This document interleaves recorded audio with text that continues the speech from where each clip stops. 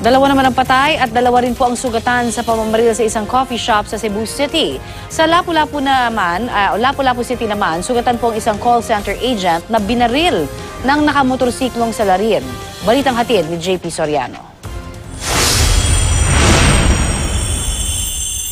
Sa kuha ng CCTV sa Lapu-Lapu City, Cebu, makikitang naglalakad habang abala sa kanyang cellphone si Jonas Seip, 20 anyos, isang call center agent. Nilagpasan siya ng motorsiklong may dalawang sakay. Pagdating sa may poste, huminto ang motorsiklo. Bumaba ang lalaking angkas nito at naglakad. Tuluyang nag-cruise ang kanilang landas at maya-maya, tinulak ni Jonas ang salarin na bumunot naman ng baril at saka pinaputukan ang call center agent. Pagkatapos, sumibat ang gunman, sakay ulit sa motorsiklo. Ang biktima napaupo sa gilid ng kalsada at tuluyang bumagsak.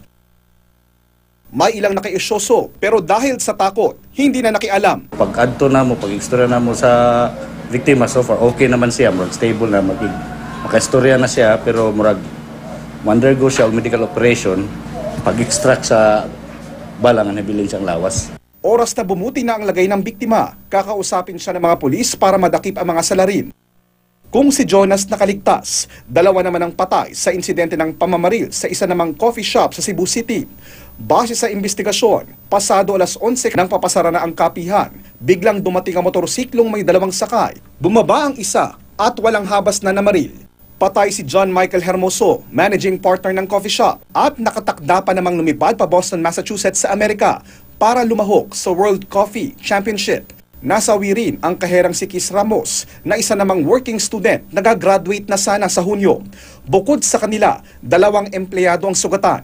Siniyasat ng mga pulis ang loob ng coffee shop para makakuha ng karagdagang impormasyon. Kinausap din nila ang katrabaho ng mga biktima. All possible angles. We were actually looking into cooperating with the police also to look at our CCTV. We call for justice and prayers for the victims. Inaalam pa ng pulisya ang motibo sa krimen. JP Soriano, GMA News.